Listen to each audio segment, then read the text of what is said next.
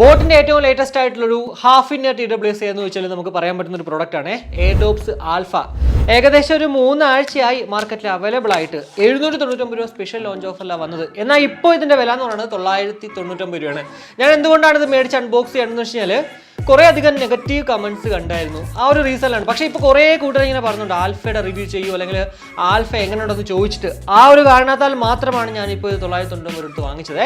എന്തായാലും ഈ ഒരു വീഡിയോയിലൂടെ ഞാൻ നിങ്ങളോട് ഷെയർ ചെയ്യാൻ പോകുന്നത് 1000 രൂപയ്ക്കുള്ളിൽ ഒരു ഹാഫ് ഇൻ ഇയർ TWS മേടിക്കുവാണെങ്കിൽ Airdopes ആൽഫ കൺസിഡർ ചെയ്യാവോ അല്ലെങ്കിൽ എന്തൊക്കെയാണ് ഈ ഒരു പ്രൊഡക്റ്റിന്റെ സവിശേഷതകളാണ്. വീഡിയോയിലേക്ക് കടക്കുന്നതിന് മുന്നേ നമ്മുടെ ചാനൽ ആദ്യമായിട്ടാണ് കാണുന്നതെങ്കിൽ ഈ വീഡിയോ പൂർണ്ണമായിട്ടും കണ്ടതിന് ശേഷം ഈ ഒരു വീഡിയോ ഇഷ്ടപ്പെടുവാണെങ്കിൽ ജസ്റ്റ് ഒന്ന് ഫാമിലിയായിട്ടും ഫ്രണ്ട്സുമായിട്ടൊക്കെ ഷെയർ ചെയ്യുക, കൂടാതെ സബ്സ്ക്രൈബ് ചെയ്യാമെന്ന് കൺസിഡർ ചെയ്യുക. അപ്പോൾ ഇതാണ് നമ്മുടെ Airdopes ആൽഫ. എന്തായാലും ഫിസിക്കലി നോക്കുവാണെങ്കിൽ വളരെ മനോഹരമായിട്ടുള്ള കേസാണ്, കൂടാതെ കോമ്പാക്റ്റ് ആണ്. കോമ്പാക്റ്റ് ആയതുകൊണ്ട് തന്നെ ഉണ്ടോ നമ്മുടെ കയ്യിൽ ഇങ്ങനെ ഒതുങ്ങി നിൽക്കും. പിന്നെ മാറ്റ് ഫിനിഷ് ആയതുകൊണ്ട് തന്നെ പെട്ടെന്ന് സ്ക്രാച്ച് ആയി പോകാനുള്ള ചാൻസ് വളരെ കുറവാണ്. ബോർഡിന്റെ ലോഗോ ഫ്രണ്ടിലുണ്ട്, അതിന് തൊട്ട് മുകളിലായിട്ട് ഒരു LED ഇൻഡിക്കേറ്ററും ഒരു റൗണ്ട് ഡയലിൽ ഒരു LED ഇൻഡിക്കേറ്ററും കാണാം. അടിയിലായിട്ട് ഒരു ടൈപ്പ് സി പോർട്ടും ഉണ്ട്. പിന്നെ നമുക്ക് എല്ലാവർക്കും അറിയുന്ന പോലെ തന്നെ ഇത് വെറും ഒരു കേസ് അല്ല, 300 mAh ബാറ്ററി കപ്പാസിറ്റി ഉള്ള ഒരു പവർ ബാങ്ക് കൂടിയിട്ടാണ്. അപ് ടു 35 hours ആണ് കമ്പനി അവകാശപ്പെടുന്ന ടോട്ടൽ പ്ലേ ടൈം കേട്ടോ. ഈ ഒരു 300 mAh അത് നമ്മളൊരു 60% പാട്ട് കേട്ടാൽ മാത്രം. കൂടാതെ 2 hours 100% ഇത് ചാർജ് ആകാനായിട്ട്. ബോട്ട് ആയതുകൊണ്ട് തന്നെ 5V2A ആണ് കമ്പനി റെക്കമെൻഡ് ചെയ്യുന്ന ചാർജിങ് അഡാപ്റ്റർ. നിങ്ങളൊരു ഫാസ്റ്റ് ചാർജർ യൂസ് ചെയ്യുന്നെങ്കിൽ പോലും അതിനകത്ത് ഔട്ട്പുട്ട് 5V2A ഉണ്ടെങ്കിൽ ഉറപ്പായിട്ടും ഇതങ്ങോട്ട് ചാർജ് ചെയ്യാവേ. അതേപോലെ തന്നെ ടൈപ്പ് സി ആണ്, എസ്ആപ്പ് ചാർജിങ് ടെക്നോളജി ഇവിടെയുണ്ട്. ജസ്റ്റ് ഒരു 10 മിനിറ്റ് ചാർജ് കഴിഞ്ഞാൽ 120 മിനിറ്റ് നമുക്ക് ടോട്ടൽ പ്ലേ ടൈം ലഭ്യമാകുന്നതാണ്. ഇനി ലിഡ് നമ്മൾ ജസ്റ്റ് ഒന്ന് ഓപ്പൺ ചെയ്യുവാണെങ്കിൽ നമ്മുടെ ഇയർബഡുകൾ ഇവിടെ ഇരിപ്പുണ്ട്. അതിന് മുന്നേ ആ ഒരു ലിഡിന്റെ ക്വാളിറ്റി പറയുവാണെങ്കിൽ ഭയങ്കര വലിയൊരു ക്വാളിറ്റി നമുക്ക് ഇവിടെ ഫീൽ ചെയ്യുന്നില്ല. എന്നാൽ 1000 രൂപയ്ക്കുള്ള ആ ഒരു ക്വാളിറ്റി നമുക്ക് കിട്ടുന്നുണ്ട് കേട്ടോ. പിന്നെ ലിഡ് അടച്ചിട്ടാണെങ്കിൽ നമ്മൾ അങ്ങോട്ടും ഇങ്ങോട്ടൊക്കെ നോക്കുന്നെങ്കിൽ ഒരു മൂവ്മെന്റും ഇല്ല. എന്നാൽ നമ്മൾ ഓപ്പൺ ചെയ്യുന്ന സമയത്ത് എന്തോ ഒരു ചെറിയൊരു ചീപ്പ് ക്വാളിറ്റി എവിടെയോ അങ്ങോട്ട് കിട്ടുന്നുണ്ട്. പിന്നെ നമ്മൾ ഈ ഒരു ലിഡ് ഓപ്പൺ ചെയ്യുമ്പോൾ തന്നെ ഓൾറെഡി നമ്മൾ ഏത് ഡിവൈസിലാണോ കണക്ട് ചെയ്യുന്നത് അതിലേക്ക് ഓട്ടോമാറ്റിക്കലി അങ്ങോട്ട് റീകണക്ട് ആവും. കാരണം ഇതിനകത്ത് IWP insta vacant pair technology ഉണ്ട്. ഇനി ഇയർബഡുകളിലേക്ക് വരുവാണെങ്കിൽ വളരെ മനോഹരമായിട്ടുള്ളൊരു ഹാഫ് ഇൻ ഇയർ TWS ആണ്. ഫിസിക്കലി നോക്കുകയാണെങ്കിൽ നമ്മുടെ ചെവി വരുന്ന ഭാഗമില്ലേ, ആ ഒരു ഭാഗം എന്ന് പറയുമ്പോൾ ഗ്ലോസി ആണ്. അല്ലാണ്ട് ബാക്കി ഭാഗങ്ങളൊക്കെ തന്നെ ഒരു മാറ്റ് ഫിനിഷ് ആണ്. പിറകിൽ ഏറ്റവും അടിയിലായിട്ട് ബോർഡിന്റെ ലോഗോ ഉണ്ട്, മുകളിൽ ഒരു LED ഇൻഡിക്കേറ്റർ കാണാൻ സാധിക്കും. സൈഡിലാണ് ആക്ച്വലി നമ്മുടെ ടച്ച് സെൻസേഴ്സ് എന്ന് പറയുന്നത്. എല്ലും റൈറ്റും ഒക്കെ മെൻഷൻ ചെയ്യുന്നില്ലേ, ആ ഒരു ഭാഗത്തായിട്ടാണ്. 13mm ഡൈനാമിക് ഡ്രൈവേഴ്സോട് കൂടിയിട്ടാണ് ഈ 2 ഇയർബഡുകൾ നമുക്ക് ലഭ്യമാകുക. അതേപോലെ തന്നെ 35 mAh വീതം ഓരോ ഇയർബഡുകളിലും ബാറ്ററി കപ്പാസിറ്റി ഉള്ളതുകൊണ്ട് തന്നെ 8.5 hours ആണ് കമ്പനി ക്ലെയിം ചെയ്യുന്ന സിംഗിൾ പ്ലേ ടൈം എന്ന് പറയുന്നത്. എന്നാൽ ഇന്നലെ അൺബോക്സ് ചെയ്ത 16 Pro നോക്കുകയാണെങ്കിൽ അവിടെയും 35 mAh ആണ്, പക്ഷെ അവിടെ 10 മണിക്കൂർ പറയുന്നുണ്ട്. പൊതുവെ ഇപ്പൊ എല്ലാവരും പറഞ്ഞു വരുന്ന സംഭവമാണ് ഈ ബോട്ട് പറയുന്ന പ്ലേ ടൈം ഒന്നും അങ്ങനെ പക്കാ കിട്ടുന്നില്ല എന്നുള്ളത്. അതുകൊണ്ട് തന്നെ ഇത് നമ്മൾ അങ്ങോട്ട് കുറച്ചേരം യൂസ് ചെയ്ത് കഴിഞ്ഞാൽ എക്സാക്ട് എത്ര കിട്ടുമെന്ന് നമുക്ക് പറയാൻ പറ്റത്തുള്ളൂ. 40 മിനിറ്റ്സ് വേണം ഇയർബഡുകൾ 100% ചാർജ് ആകാനായിട്ട്. ഇനി നമ്മുടെ ബേസിക് ടച്ച് കൺട്രോൾസിനെ കുറിച്ച് പറയുകയാണെങ്കിൽ ഈ ഒരു എല്ലും ആറും ഒക്കെ മെൻഷൻ ചെയ്തേക്കുന്നില്ലേ, ആ സൈഡിലായിട്ടാണ് ആക്ച്വലി ടച്ച് കൺട്രോൾസ് എന്ന് പറയുന്നത്. അതായത് നമ്മുടെ എയർപോഡ്സ് പ്രോയിൽ കാണാൻ സാധിക്കുന്ന പോലെ. എന്തായാലും വലുതിലാണെങ്കിലും ഇടത്തിലാണെങ്കിലും നമ്മൾ ജസ്റ്റ് ഒരു 1 ടാപ്പ് ചെയ്യുമ്പോഴത്തേക്ക് മ്യൂസിക് പ്ലേ ചെയ്യാനും അതേപോലെ തന്നെ പോസ് ചെയ്യാനും സാധിക്കുന്നതാണ്. കൂടാതെ വലുതിൽ നമ്മൾ ഡബിൾ ടാപ്പ് ചെയ്യുവാണെങ്കിൽ അതങ്ങോട്ട് നെക്സ്റ്റ് ട്രാക്കിലേക്കും, ഇടതിൽ നമ്മൾ ഡബിൾ ടാപ്പ് ചെയ്യുവാണെങ്കിൽ അതങ്ങോട്ട് വീണ്ടും പ്രീവിയസ് ട്രാക്കിലേക്ക് പോകുന്നതാണ്. കൂടാതെ വലുതിൽ നമ്മൾ ട്രിപ്പിൾ ടാപ്പ് ചെയ്യുവാണെങ്കിൽ ഇതിനകത്തുള്ള ബീസ് മോഡ് അങ്ങോട്ട് ഓൺ ആവുന്നതാണ്. ബീസ് മോഡ് ഓൺ ആവുമ്പോൾ തന്നെ ബീസ് മോഡ് ഓൺ എന്ന് പറയും. അതേപോലെ തന്നെ വീണ്ടും നമ്മൾ ട്രിപ്പിൾ ടാപ്പ് ചെയ്യുമ്പോഴത്തേക്ക് അതങ്ങോട്ട് ഒരു ബെല്ലടി സൗണ്ട് കൂടിയിട്ട് ഓഫ് ആവും. ഇടതിൽ നമ്മൾ ട്രിപ്പിൾ ടാപ്പ് ചെയ്യുവാണെങ്കിൽ ഇതിനകത്തുള്ള ആ ഒരു വോയിസ് അസിസ്റ്റന്റ് ഉണ്ടോ അങ്ങോട്ട് വർക്ക്ഔട്ട് ആകുന്നതാണ്. ഇനി ഇതിന്റെ വെയറിംഗ് കംഫർട്ടിലേക്ക് വരുവാണെങ്കിൽ എൻ്റെ ചെവിയിൽ എന്തായാലും അത്യാവശ്യം വളരെ കംഫർട്ടബിൾ ആയിട്ട് ഇരിപ്പുണ്ട്.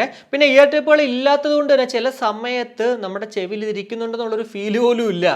അതുകൊണ്ട് തന്നെ ചിലപ്പോൾ നിങ്ങൾ വർക്കൗട്ടിനൊക്കെ പോകുന്ന സമയത്ത് ഇത് ഊരിപ്പോകുന്നുള്ളൊരു പേടി നിങ്ങൾക്ക് ഉണ്ടാവാം. പക്ഷേ അങ്ങനെ ഊരിപ്പോകത്തില്ല. ഞാൻ ആക്ച്വലി അങ്ങോട്ടും ഇങ്ങോട്ടും ഒക്കെ തലയൊക്കെ ഇട്ട് കുലുക്കി നോക്കിയിട്ടും എൻ്റെ ചെവിയിൽ നിന്ന് എന്തായാലും പോകുന്നില്ല. എനിക്ക് വളരെ കംഫർട്ടബിൾ ആയിട്ട് ഇരിപ്പുണ്ട്. അത്യാവശ്യം പാസീവ് നോയ്സ് ക്യാൻസലേഷൻ ഉണ്ട്. ഹാഫ് ഇൻ ഇയർ TWS മേടിക്കുന്ന ആൾക്കാർ എല്ലാവരും തന്നെ നമ്മളിപ്പോൾ ഒരു വർക്കൗട്ടിനൊക്കെ പോകുന്ന സമയത്ത് സറൗണ്ടിങ്സിലെ കാര്യങ്ങളും അറിയണം, അതേപോലെ തന്നെ നമുക്ക് പാട്ട് എൻജോയ് ചെയ്യണം. അങ്ങനെ വെച്ച് നോക്കുമ്പോഴത്തേക്ക് പാസീവ് നോയ്സ് ക്യാൻസലേഷൻ ഒക്കെ നമുക്ക് കുറച്ച് കുറഞ്ഞിരിക്കുന്നതായിരിക്കും ഏറ്റവും ബെറ്റർ ആയിട്ടുള്ളത്. എന്തായാലും വെയറിംഗ് കംഫർട്ട് എന്നെ സംബന്ധിച്ചോളം പെർഫെക്റ്റ് ആണ്. അതിലൊന്നും വലിയൊരു പ്രശ്നവും ഞാൻ കാണുന്നില്ല കേട്ടോ. ഒരു 30 മിനിറ്റ് മുതൽ 1 hour വരെ ഞാനിത് യൂസ് ചെയ്തിട്ടുണ്ടായിരുന്നു. എനിക്ക് അങ്ങനെ വലിയ ഇഷ്യൂസ് ആയിട്ടൊന്നും തോന്നിയിട്ടില്ല കേട്ടോ. പിന്നെ വെയറിംഗ് കംഫർട്ട് എന്ന് പറഞ്ഞാൽ നമ്മളെ ഓരോ ആൾക്കാരുടെയും ചെവിയുടെ സൈസ് പോലെയൊക്കെ ഇരിക്കും കേട്ടോ. ഇപ്പോൾ നമ്മൾ കേട്ടുകൊണ്ടിരിക്കുന്നത് ബോട്ട് Airdopes ആൽഫയിൽ നിന്ന് ലഭ്യമാകുന്ന ഒരു മൈക്ക് ക്വാളിറ്റിയാണ്. ഇൻടോണിനകത്ത് ഡ്യുവൽ മൈക്ക് വിത്ത് ENX ടെക്നോളജിയാണ്. അതായത് ഓരോ ഇയർബഡുകളും നമുക്ക് ഒരൊറ്റ മൈക്ക് ഇതേ കാണാൻ പറ്റുള്ളൂ.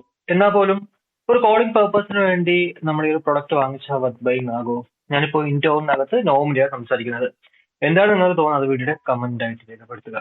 ഇനി ഇതിന്റെ മ്യൂസിക് ക്വാളിറ്റിയിലേക്ക് വരുവാണെങ്കിൽ അത് ആദ്യം തന്നെ എടുത്ത് പറയേണ്ടത്, ഞാൻ ആക്ച്വലി ഈ ഒരു ഇയർബഡിൽ ആദ്യം കണക്ട് ചെയ്തത് ഐഫോണിലാണ്. ഐഫോണിൽ സത്യം പറഞ്ഞാൽ SBC AC കോഡുകളൊന്നും കാണിക്കത്തില്ല.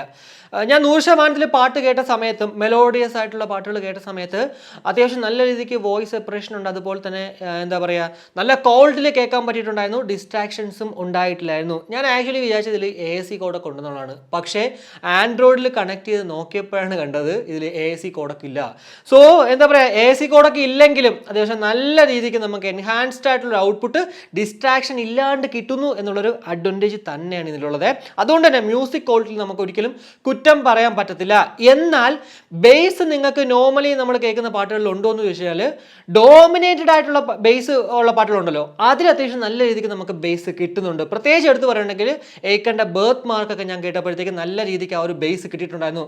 പക്ഷേ നമ്മൾ നോർമലി കേൾക്കുന്ന പാട്ടുകളിൽ ആ ഒരു ബേസ് ഗിറ്റാറിൻ്റെ ബേസ് ഇതിൽ കിട്ടുന്നില്ല കേട്ടോ. അല്ലെങ്കിൽ നമ്മൾ അത്രയ്ക്കും നല്ല സൗണ്ട് വോളിയം ഇടണം. ഒരു 70% ഒക്കെ ഇടുന്നതാണ് കുറച്ച് ബെറ്റർ ആയിട്ട് എനിക്ക് കംഫർട്ടബിൾ ആയിട്ട് കേൾക്കാൻ പറ്റിയത്. അതിനകത്ത് എന്തായാലും ആ ഒരു ബേസ് ഗിറ്റാറിൻ്റെ ഒരു ബേസ് അങ്ങോട്ട് വന്നിട്ടില്ലായിരുന്നു. പക്ഷേ ഇതിൽ എടുത്തു പറഞ്ഞൊരു സംഭവം എന്ന് വെച്ച് കഴിഞ്ഞാൽ, ഇപ്പോൾ ഞാൻ അൺബോക്സ് ചെയ്ത ഇവരുടെ ഹാഫ് ഇൻ ഇയർ ആയിട്ടുള്ള 131 അതേപോലെ തന്നെ എയർഡോപ്സ് 100 അതൊക്കെ വെച്ച് കമ്പയർ ചെയ്യുമ്പോഴത്തേക്ക് ഫാർ ബെറ്റർ ആണ് ഈ ഒരു പ്രോഡക്റ്റ്. എയർഡോപ്സ് 100 ആക്ച്വലി കൊള്ളാം, പക്ഷേ അതിൽ എന്താ പറയുക എൻഹാൻസ്ഡ് ആയിട്ടുള്ള ഔട്ട്പുട്ട് അല്ലായിരുന്നു. 10mm ആണ്. എന്നാൽ ഇവിടേക്ക് വന്നപ്പോഴത്തേക്ക് 13mm ആണ്. അത്യാവശ്യം നല്ല എൻഹാൻസ്ഡ് ആയിട്ടുള്ള ഔട്ട്പുട്ട് നമുക്ക് കിട്ടുന്നുണ്ട്. സോ ഒരു ഹാഫിനെ TWS വേണം, അതേപോലെ തന്നെ അത്യാവശ്യം നല്ല എൻഹാൻസ്ഡ് ആയിട്ടുള്ള ഔട്ട്പുട്ട് വേണം എന്നുണ്ടെങ്കിൽ ഉറപ്പായിട്ടും ഇതിലേക്ക് പോകുന്നതിൽ തെറ്റില്ല എന്നേ ഞാൻ അങ്ങോട്ട് പറയത്തുള്ളൂ. ബ്ലൂടൂത്ത് വേർഷൻ 5.3 അതുപോലെ തന്നെ ബ്ലൂടൂത്ത് റേഞ്ച് എന്ന് പറയുന്നത് 10 മീറ്റർ ആണ്. കൂടാതെ IPX5 ഒരു വാട്ടർ ആൻഡ് സെറ്റ് പ്രൊട്ടക്ഷൻ കൊണ്ട് തന്നെ അത്യാവശ്യം ഡ്രസ്സിലെങ്കിലും അല്ലെങ്കിൽ വർക്കൗട്ട് ഒക്കെ ചെയ്യുമ്പോഴത്തേക്ക് നമ്മൾ ഇത് ഉപയോഗിച്ചാലും അങ്ങനെ വലിയ പ്രശ്നങ്ങളേ ഉണ്ടാവാൻ ചാൻസ് ഇല്ല. IPX5 എന്ന് പറയുമ്പോഴത്തേക്ക് നിങ്ങൾക്കറിയാം, ഷവറിൽ നമ്മൾ കുളിക്കുന്ന സമയത്തുണ്ടെങ്കിൽ ഇത് വെച്ച് പാട്ടൊക്കെ ആയതുകൊണ്ട് കുളിക്കാം. പക്ഷേ വാട്ടർ ഡാമേജ് വന്നു കഴിഞ്ഞാൽ 1 വർഷം നമുക്ക് ഇതിന് വാറണ്ടി ഉണ്ടെങ്കിലും വാറണ്ടി ക്ലെയിം ചെയ്ത് കിട്ടത്തില്ല. വാറണ്ടി പിന്നെ അത്യാവശ്യം നല്ല ഈസിയാണ്. ഇപ്പോൾ പല സ്ഥലങ്ങളിൽ നമുക്ക് ഇവിടെ ഓഫ്ലൈൻ സർവീസ് സെൻറ്ററിലുണ്ട്. അവിടെ അങ്ങോട്ട് കൊണ്ടു കൊടുത്തു കഴിഞ്ഞാൽ നമ്മൾ ഡ്രോപ്പ് ചെയ്ത് കഴിഞ്ഞാൽ ഒരാഴ്ചക്കകത്ത് പുതിയ സാധനം നമ്മുടെ വീട്ടിലെത്തും. പണ്ടൊക്കെ ആയിരുന്നെങ്കിൽ പുതിയ സാധനമായിരുന്നു അവർ അയച്ചുകൊണ്ടിരുന്നത്. ഇപ്പോൾ പക്ഷേ ചിലതൊക്കെ റീഫർബിഷ്ഡും അല്ലെങ്കിൽ റിപ്പയർഡും ഒക്കെയാണ് കേട്ടോ. ചിലപ്പോൾ നമ്മൾ അയക്കുന്ന സെയിം സാധനം തന്നെയായിരിക്കും അവർ റിപ്പയർ ചെയ്ത് അയക്കുന്നത്. സോ അങ്ങനെ വെച്ച് നിങ്ങൾ എന്താ പറയുക എപ്പോഴും ഇങ്ങനെ ക്ലെയിം ചെയ്യാൻ നിൽക്കേണ്ട ആവശ്യമില്ല. എന്നാൽ എന്തെങ്കിലും ഇഷ്യൂ ഉണ്ടെങ്കിൽ ഉറപ്പായിട്ടും അങ്ങോട്ട് ക്ലെയിം ചെയ്തോളൂ, ഈസി ആയിട്ട് തന്നെ തിരിച്ച് വീട്ടിലെത്തും. ഇനി നമ്മുടെ 50ms ബീസ് മോഡ് അല്ലെങ്കിൽ ലോ ലേറ്റൻസി മോഡ് PUBG പോലുള്ള ഗെയിമുകൾ കളിക്കുമ്പോഴത്തേക്ക് എന്തുമാത്രം ഉപയോഗപ്രദമാവും നോക്കാവേ. അപ്പോൾ ഞാൻ എപ്പോഴും ചെയ്യുന്ന പോലെ തന്നെ സ്പ്രേ ചെയ്തിട്ട് കൈയെടുക്കുമ്പോഴത്തേക്ക് ട്രിഗറിന്ന് കൈയെടുക്കുമ്പോഴത്തേക്ക് എന്തുമാത്രം സൗണ്ട് സസ്റ്റെയിൻ ചെയ്യുന്നത് മാത്രം നിങ്ങൾ നോക്കിയാൽ മതി.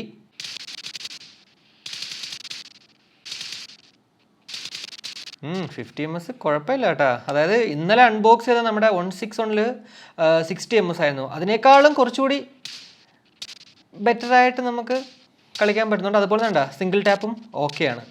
എന്തായാലും അത്യാവശ്യം നല്ല രീതിക്ക് നമുക്ക് ഗെയിം കളിക്കാൻ പറ്റുന്നുണ്ടല്ലേ. പ്രത്യേകിച്ച് 50ms ഞാൻ നേരത്തെ പറഞ്ഞ പോലെ 161 പ്രോയിൽ ഇന്നലെ നമ്മൾക്ക് 60ms ആയിരുന്നു അവിടെ, അപ് ടു 60ms. എന്നാൽ ഇവിടേക്ക് വന്നപ്പോഴത്തേക്ക് അപ് ടു 50ms കുറച്ചുകൂടി നല്ല പെർഫോമൻസ് നൽകുന്നതാണ് ഫീൽ ചെയ്യുന്നത്. സോ നിങ്ങളൊരു നോർമൽ പ്ലെയർ ആണെങ്കിൽ ഉറപ്പായിട്ടും കളിക്കാം. പിന്നെ ഞാൻ എപ്പോഴും പറഞ്ഞ പോലെ ഇത് എടുത്തെടുത്ത് പറയണമെന്ന് വെച്ച് കഴിഞ്ഞാൽ ചിലപ്പോൾ ഈ വീഡിയോ നിങ്ങൾ ആദ്യമായിട്ടായിരിക്കും കാണുന്നത്.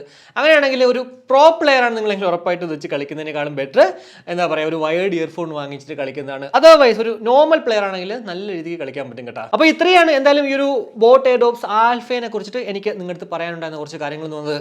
999 രൂപയ്ക്ക് ഈ ഒരു ആൽഫ വത്ത് ബൈങ് ആകുമെന്ന് ചോദിച്ചു കഴിഞ്ഞാൽ ഞാൻ പറയുന്നത് ബോട്ടിൻ്റെ ഏറ്റവും ലേറ്റസ്റ്റ് ആയിട്ടുള്ള ഹാഫ് ഇൻ ഇയർ TWS വേണം. അതേപോലെ തന്നെ അത്യാവശ്യം നല്ല എൻഹാൻസ്ഡ് ആയിട്ടുള്ള ഔട്ട്പുട്ട് വേണം. കൂടാതെ മൈക്ക് ക്വാളിറ്റി വേണം. മൈക്ക് ക്വാളിറ്റി എടുത്ത് പറയേണ്ടതാണ് കുറച്ച് ബെറ്റർ ആയിട്ടുണ്ടല്ലേ.